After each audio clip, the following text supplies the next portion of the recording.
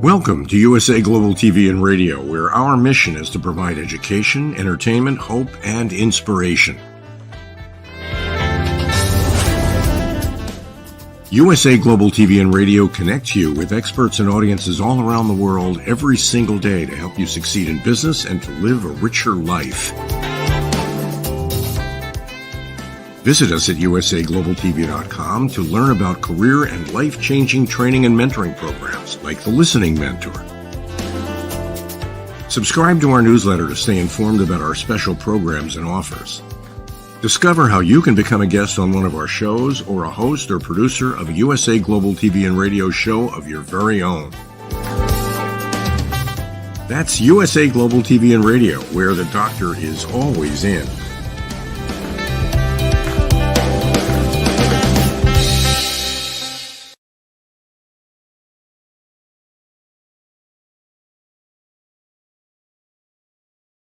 Laughlin. We're on the corner Bookstore today on the USA Global TV and Radio Network, and I'm honored to have Charles Breakfield and Rox Burkey. They've been on the show here more than a couple times over the years, and they're dual-handedly responsible for the Enigma series. So why don't we bring on our guests? I know Charles was backstage a moment ago. There he is. Charles, did Rox make it, or is she still en route? I think she's en route. So let's not hold it up. I can make up stuff just as easily as she can. So Okay, happy to talk. Know what we're doing then. Yeah. I noticed as I was going through there, you sell your books individually as ebooks, audiobooks, paperbacks, but you also sell them in a bundle as a group of books. Is that true? That's correct. Yeah. Sometimes it's just easier to just snag all of them at once, and we wanted so for somebody who's like, hey, I got to have all of them at once, because I don't want to have to stop and wait for the order something and have it shipped in or download it. So just trying to make it easy and frictionless for people to consume our entertainment. It seems like sometimes when I want an author, all of his books, I go there and then this one comes from Cincinnati. This one here comes from some other place that there were leftovers. I have no idea, but sometimes it's not just as simple as just get them all at one time. But anyway, when you do that option, is that a difficult option for authors to consider when you have more than half a dozen to a dozen books? For shipping, I'm real fussy about my shipping. I like to make sure that they arrive as nicely as they were sent. So having done that in my youth, trying to get the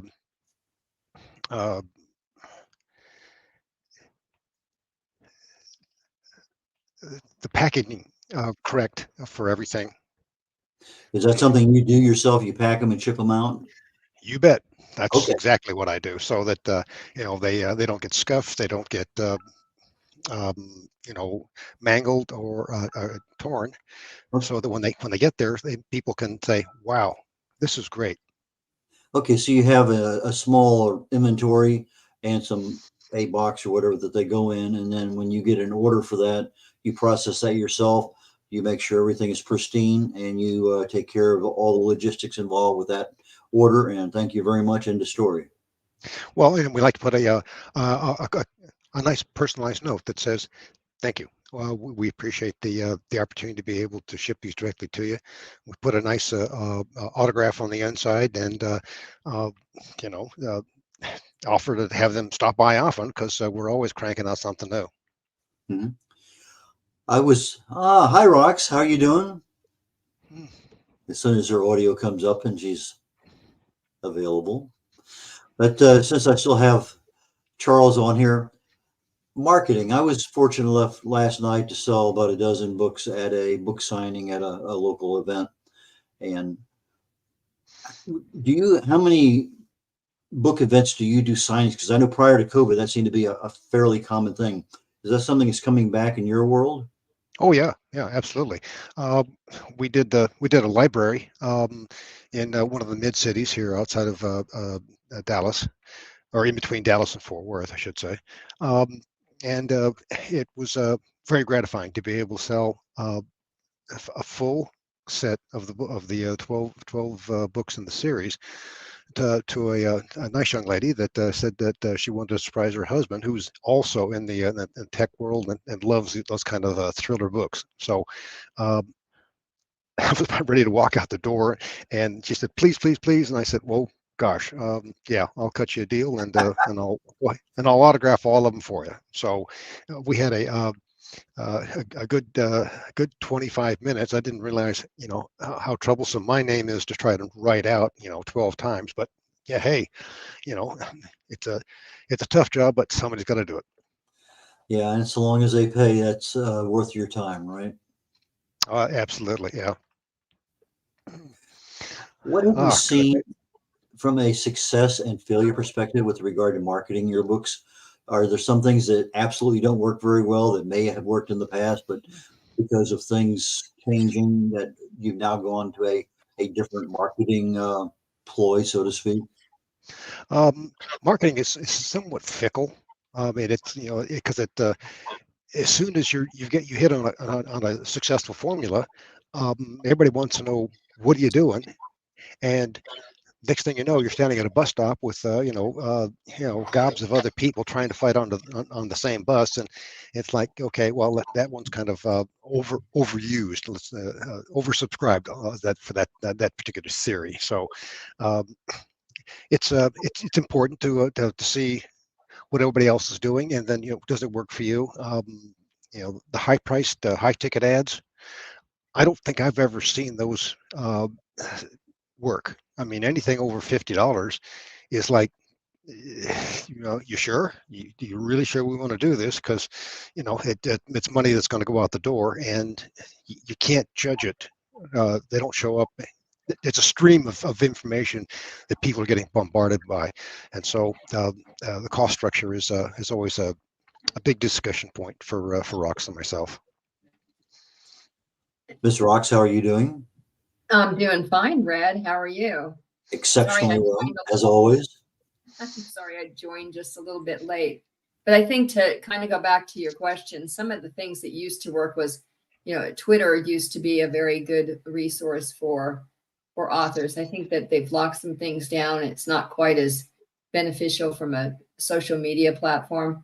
And like Charles was mentioning earlier, I still think the face-to-face is the best. If we can get more people out, I think that we can all give our message better. But you take advantage of the live streaming TV we have here on the USA Global TV and Radio Network. I'm sure you're on podcast on a fairly regular basis too, either together or individually. Yeah. And I'm sure you have email lists and other things that are common within the genre of being an author and marketing your book. Is there anything that absolutely doesn't work that you used to depend on? I do think that the email lists are not as beneficial as they once were. I think that people are tired of getting a lot of email, and I think the timing has to be exquisite for it to work. And that doesn't mean you can always send it on the first of the month or the 5th. That's the most fickle. But you're right, streaming like what we're doing with you, it's still a hot ticket item. It's awesome to be part of this. I had a conversation today with an author that he's trying to figure out what makes the most sense to get his, I guess, what he's really interested in is monetizing his books and whatever. And so we had a nice lunch, talked about various things. And so I figured, yeah, that's kind of a topic I really need to address. And as I was walking around the room last night, there was probably a dozen and a half other authors there. And some of them seem to have, like you have about 35 books there behind you, it seems like. But I guess we have about 15 books on the Enigma series.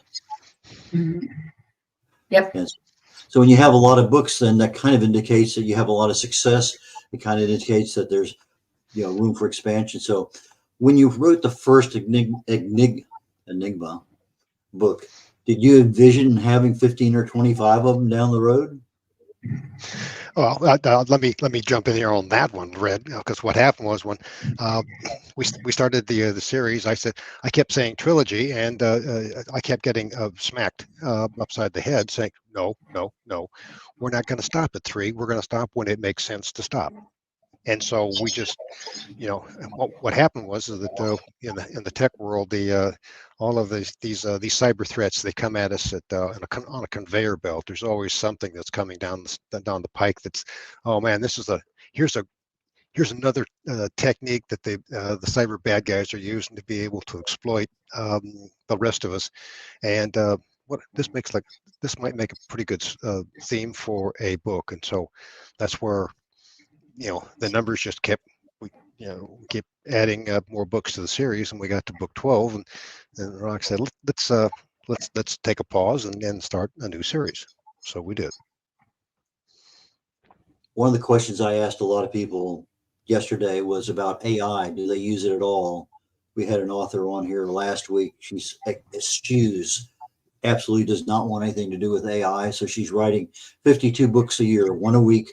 They're not long books, but she's going to publish 52 books here during 2024 and never even turn on the AI button. But with Enigma, with the kinds of things you're talking about in there, it seems like to me that might be an easy source of value to creating characters, locations, whatever it may happen to be with regard to your plots. That's an interesting way that you approach it. It's funny because being that we're both technologists, we actually probably stay away from AI for the most part because we really want our creativity to be front and center. Now there are times when I am doing reviews, for example, that I might use an AI element, but not in the books. I may use it for some of the content for social media. But again, not in the books because, we feel that we have enough knowledge of technology and what we're delivering that we don't need that AI portion. And we're proud to do it ourselves. One of the things I've helped a couple of my authors with was the fact that I can take a chapter, put it into AI and say, give me 5 different chapter headings, 3 words or less. 8th grade level. And so it gives me the ability to cut and paste and choose things that go in there. Then I take the table of contents, put it into AI and say, write me a Amazon description from my book, 500 words, whatever, 50 words. And so it gives me the ability to use that. Now, I did it most recently. Guy had written 5 generations, true story, pretty much true based on his great grandfathers and stuff. And he wanted a picture of this part of Texas with the windmill and this and that. And so I did a real quick, I had AI create 3 different covers, and I showed actually 5 different covers.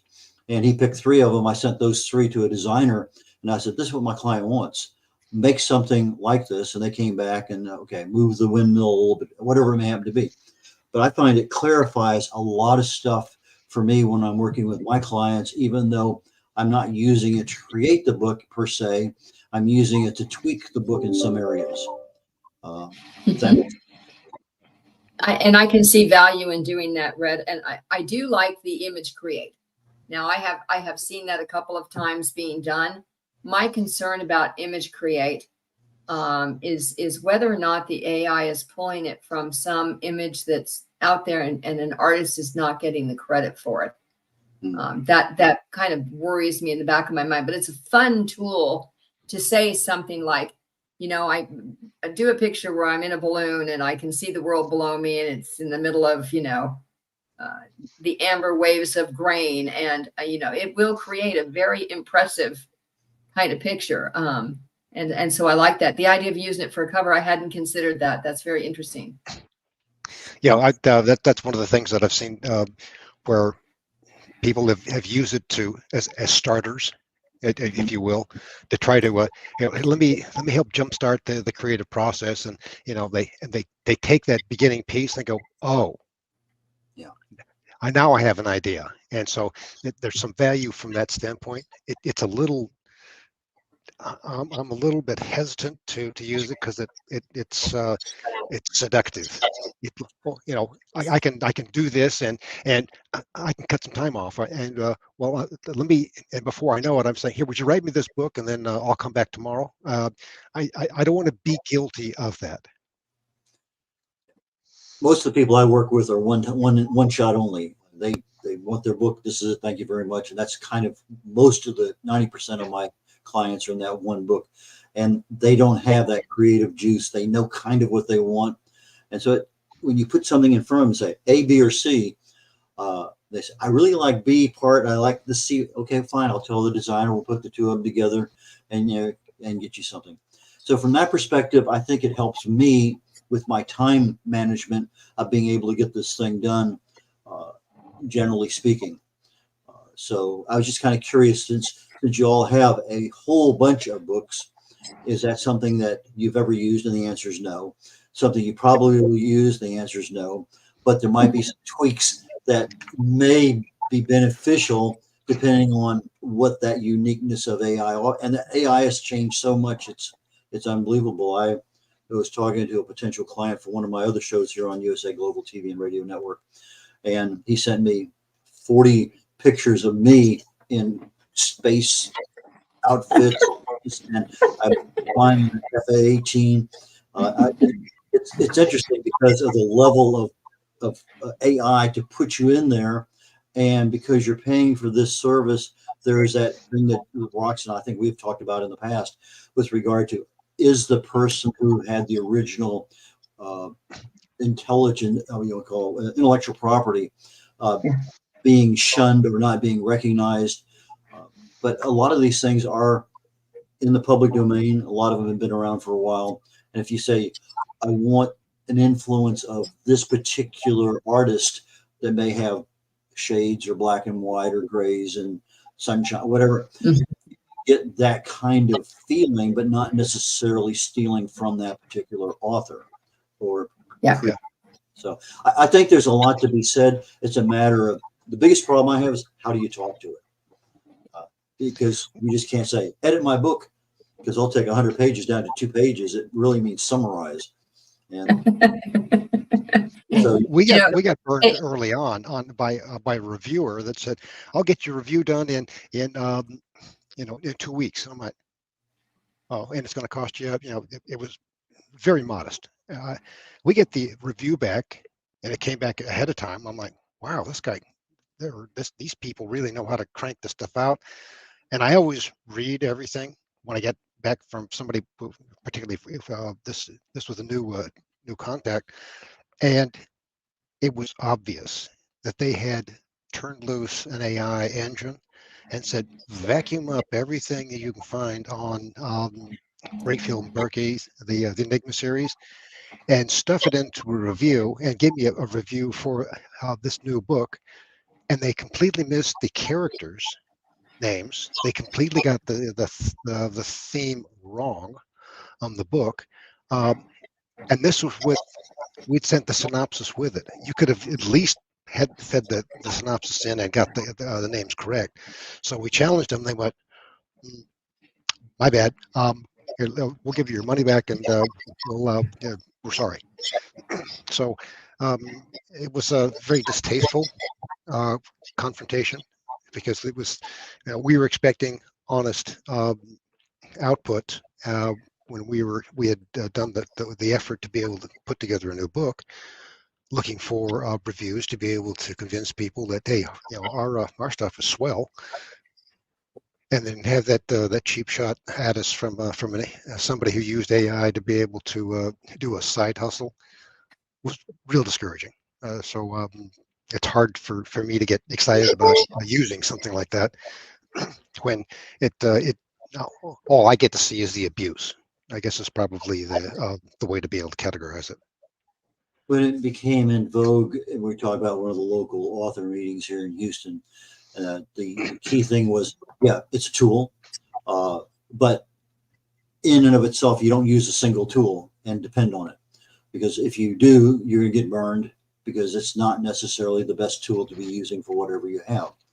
And so we talked about the intellectual property. We talked about yeah, this may be too bleached out, too dehumanized. And just because it says it doesn't necessarily mean it's true. Uh, we've had a number of lawyers at some of my meetings, networking groups. They end up in front of a judge and they did their AI review, and all of a sudden the AI picks out some cases that have absolutely no.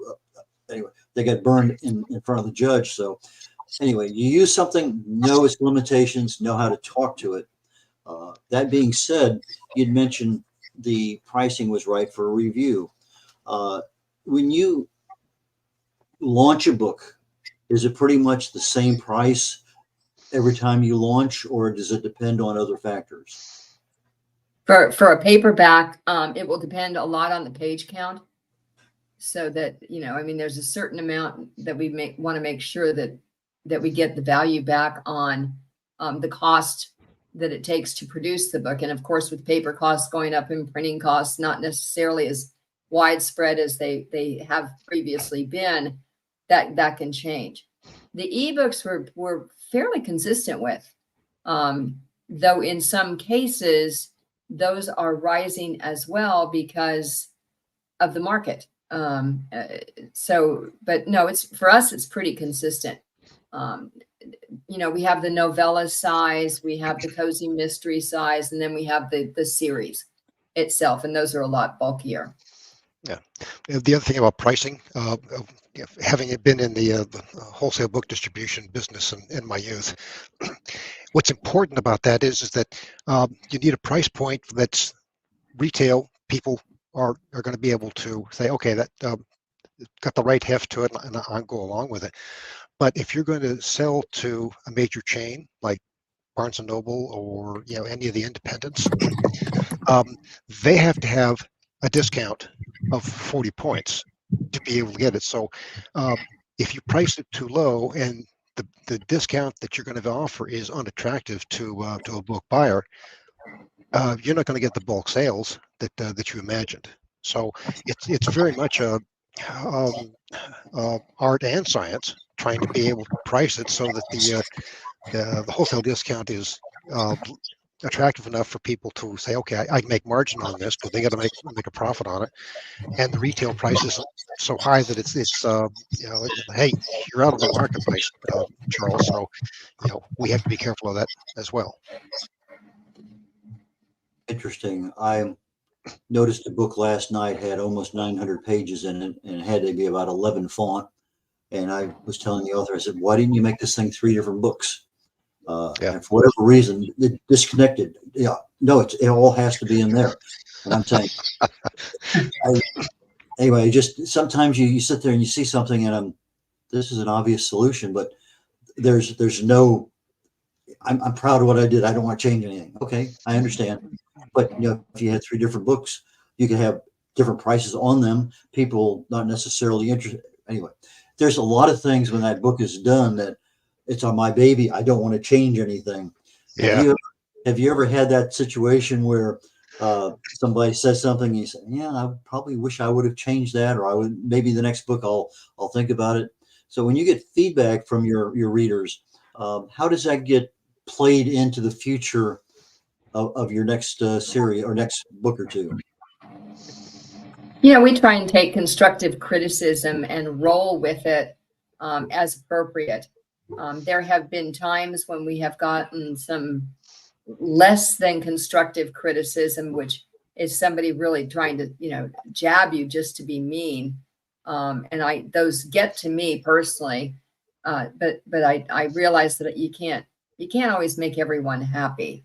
I had one comment from somebody who our books are Audible, and I had a comment from an individual, and they said they just didn't like the sound of the voice, so they never listened to the story, but we got drubbed because they didn't like the sound of the voice, which is interesting because they could have actually gotten a sample before they got it. But, hey, what can I say? A lot of individual issues with regard to listening. Characters. Do you have any I'll be quite honest, I have not read all your books, but do you have any characters that are totally throughout every single one of your books? And do you have characters that come in and go out, or as character development?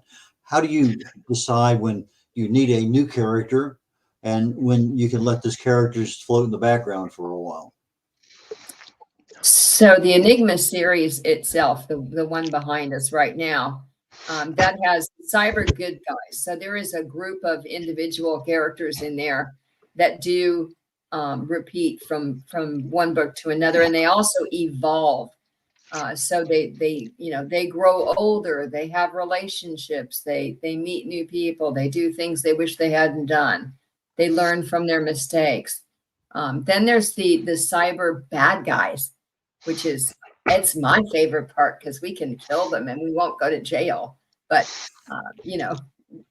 they come in. Sometimes they stick around for a while. Sometimes we actually have a couple that get reformed and end up, becoming the good guys, which is hard to believe. But people do make mistakes.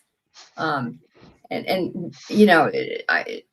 on in the series, Charles used to approach everybody and say, "Well, would you like to be the evil person in our next book?" And take a resume for it. So it's fun. It's fun to have lots of characters. We try to narrow down per story to make it easier for people to understand. So I hope that answers that. Locations. Have you been to all the locations when you're writing these things, or you have the ability to view documentaries so you know what these things look like? But how do you handle locations, particularly when you may not have been to Poland and there's things in there that are critical for the book? Well, we've each done a lot of travel, professionally as well as personally.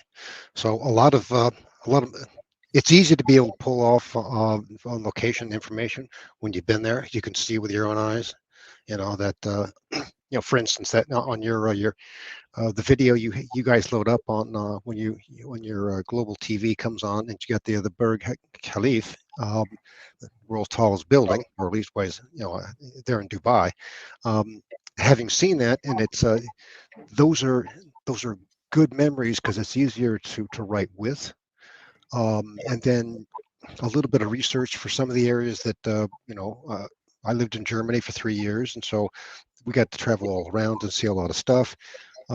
We didn't see everything, but you get a flavor for what it could be like, and with a little extra detailed research, you can make the story seem as close to realistic as possible. And so we spend a lot of time doing that. We're pretty fussy about our details because as technologists, we like to make sure that it's technically correct, because that's the information that props up the fiction thriller of each of the books.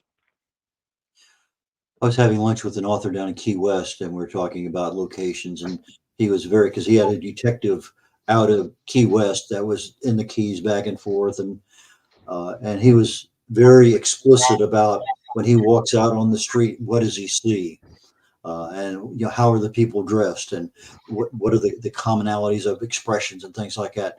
And he said he would spend sometimes 2-3 days in a location just listening and watching, so that when he would make notes, so that when he actually got to the guy came out of this bar at 2 o'clock in the morning, what was really there, in order to be able to try to put somebody reading it in that same location. And I thought that was kind of a neat way of character and location development. Yeah. What part of Germany? Charles just got back. Oh, sorry. Let's finish up. What part of Germany were you in? We started off in Stuttgart, and then moved up to Frankfurt and spent most of my dad's tour in there at Frankfurt. I spent last 2.5 years in Stuttgart in the 90s. Last 98, 99, basically. So anyway, just curious is all. And then Rox, you said Charles was doing something or getting ready to do something or visited someplace or something.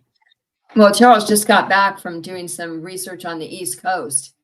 And so a lot of that research he's captured notes on, and that will make its way into into one of the stories. It may not be the next one, but it will make its way into the stories. But we do travel a lot, and different places. So it's easy to incorporate other areas, and we have an appreciation for different places. I certainly personally would like to see more places, but that's just me. Now, do you take notes, or do you also take videos of areas so that you have something that's a little bit more clear of what you're actually seeing?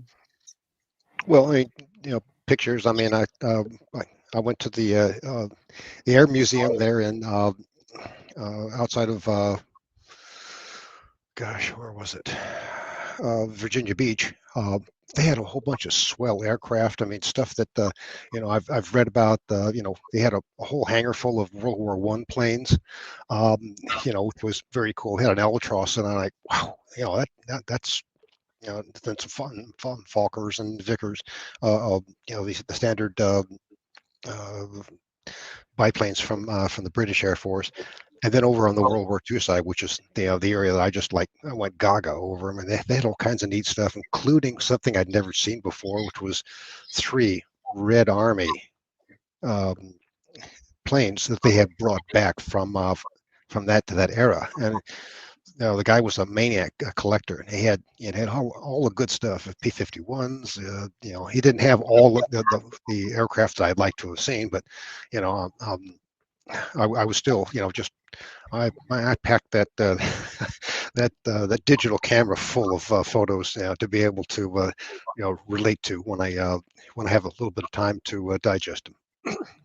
It's interesting because when you look at warfare today, say in the Ukraine, a lot of it's being done by drones. In fact, I think I just read last week the first AI drone was used in combat. And so you're looking at a museum 10, 15 years from now that's going to have shells with small drones and big drones and everything else, because those were what we used in actual battle. And it's interesting how that technology evolves. Planes I used to fly in no longer exist. Well, they do, but they're no longer in operation in the United States. And and technology with your publishing, you have a cell phone here that can do so many things that 10 years ago you couldn't even think about doing. What do you find to be the best technology helper for you for your writing? Standard It's PC. Our computers. Yeah. I mean, we do everything on our computers. And we share files because we're in 2 different locations. We do have conversations about where the story is going to go and what we want to do with it, but everything else is trapped digitally for us. Thank goodness we don't have to use typewriter and correct tape. Oh my gosh, that would be so miserable. But one of the things about the Enigma series, we started off with using a group of people that escaped Poland in World War II. And because Charles is such a World War II expert, I mean, he has read more books on World War II than most professors have that teach the subject. And so, we have a lot of things in there. And of course, the Enigma machine, which was critical in that particular conflict, is certainly part of the everyday computer today. So we have a lot of faith in our computers. And what happens when the lights go out? And the batteries run out. Yeah, that's a good one. That's when your AI stuff is no good. It's like, okay, you got your big chief tablet and your crayon, and you want to write. That's the only way you're going to be able to write when you're out of power. My daughter was grousing about she's was taking care of the house for us. She goes, I had to come over to your house, Dad, because I ran out of electricity. I didn't have electricity at my house, and you know how many things have to be charged? I said, yeah, all of them. And she was, grousing about, not being, I couldn't use my phone, and I thought she was going to weep there for a minute. And I went, oh, good grief. When you can't, that's why that's the part that I'm suspicious about, the AI that's, that does this and it'll do that for you. And when you can't do that for yourself, and you no longer have the ability to find out or to understand if the answer being fed back to you is a hallucination on the AI portion or not. That's the scary part, when you've lost that the ability to be able to say, no, that was right. What I told you was right. What you gave me back was wrong. When you can't do that, that's where the inflection point. And in our we covered the AI wars in book 11 and 12, where we talk about what happens when the AI engines start to think. You've been on a number of podcasts and a number of other shows, and we're getting to the end of this one. What sometimes you get to the end of the show, I wish I would have had a chance to talk about this. What have you had the opportunity after the show is over? You say, oh my goodness, I wish I had said this. Is there something that you have now the opportunity to say, we've never talked about this before, but I'd like to be able to say right now, what could possibly be in that sense? That is a great question. I'm not sure that I have a great answer to accompany it.